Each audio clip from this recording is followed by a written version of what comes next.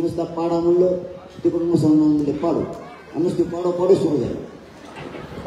जर आता काय ठरतंय मला माहित नाही. जर उभा करायचं ठरलं तर माझा मराठा हरवून देऊ नका. तुम्हाला जाहीर सांगतो माझा मराठा हरवू देऊ नका. जर उभा करायचं ठरलं तर माझा मराठा हरता कामा नये.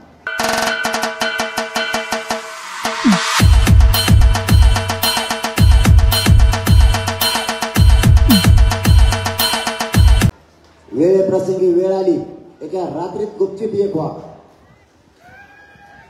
पण पुढचा आला नाही पाहिजे, जात हरली नाही पाहिजे. आणि पाडायचं जर ठरलं, पाडायचं तर लय सोपं आहे.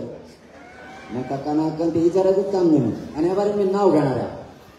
जो आमदार मंत्री मराठा नाव घेऊन पाहायचं पर्यायच नाही. ते देत नाहीत ना. आणि आजची तुमची गरजे बघून इकडे बघितली जर तितकेच लोक, इकडे बघावं तितकेच. तुम्ही सभा घेतली काही घोंगडी बैठक असते का? मला लोक तिकडे गेल्यावर म्हणते ते घोंगडी बैठक होती, घोंगडा होती. मला नाही. आता मराठ्याला कार्यालय पुरत नाही, मैदान पुरत नाही, त्याला मी का करू? आणि मग यांचं दुखत पोट. कारण तुम्ही गरीब मी गरीब, आणि गरीब एकत्र आले याला कापा ना. मग त्यांना वाटतं याला संपवा. मला तू ये, तू फक्त ये म्हणतो येतं नाही. ती कोणाच बोलला म्हणूनच गोळ्या आणते. आणि लय जण असे संपले ते ब्या. Manikchand Oxyrich, proudly Indian.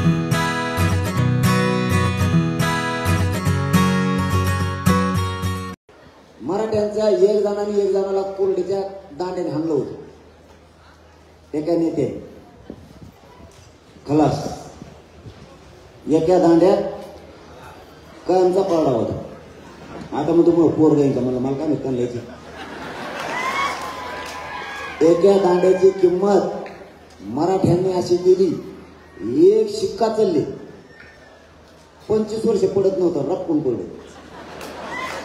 नाही तर त्याला तेव्हा म्हणायचं मला शक्कार हाणायचा. वेगळा मराठी म्हणजे तो शक्कारच हाणतो. त्याबारी थांबतेस राईट शक्कार हाणला, सापडा नाही आपण काहीच व्हायला.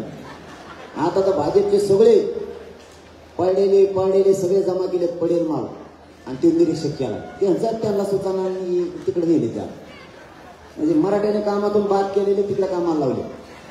सध्या भाजपचे मराठे माझ्याकडे येते. ते म्हणजे आमचे लय आले तुमच्या म्हणून. कसं काय? ते म्हणजे पहिले देतो पोलीस आम्हाला विचारत नव्हता, फोन करतो म्हणतो येतो चहा प्यायला. माझ्या आमदाराला लय किंमत आली मराठीची. आणि जे काही येत ते तर मला रच्चीच भेटायली.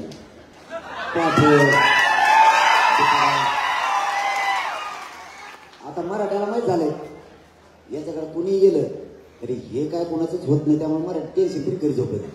कारण मी गद्दार नाही आहे ना. मी मराठ्याला फसतो ना. आता ते अंतर्गत आलो मी काय करू?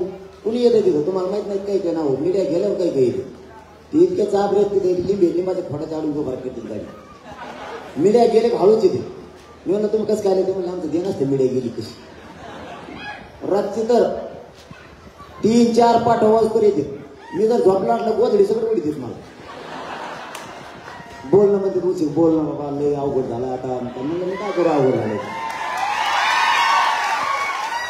याच्यासाठी मराठ्यांच्या नादीने लागायचं. आणि तुमची जी ताकद आणि दराराची जी रमाना झालाय ना राज्यावर, तो मी कमी नाही होणार. तुमची मान खाली होईल असं एक बी पाऊल मी उचलणार नाही. एक फक्त तुम्ही एकजुटीनं राहा. आणि आपण इतके म्हणलं कोणाला भेटचं काम नाही, कोणाला पाय लावायचा नाही, कोणाच्या पाय पडायचं नाही. अरे तुम्ही एकटेच त्या आष्टी मतदारसंघात 1,67,780 तुम्ही एकटे. तुमच्या गरीबाचं होणार नाही खंड काय फरक पडा का तुम्हाला?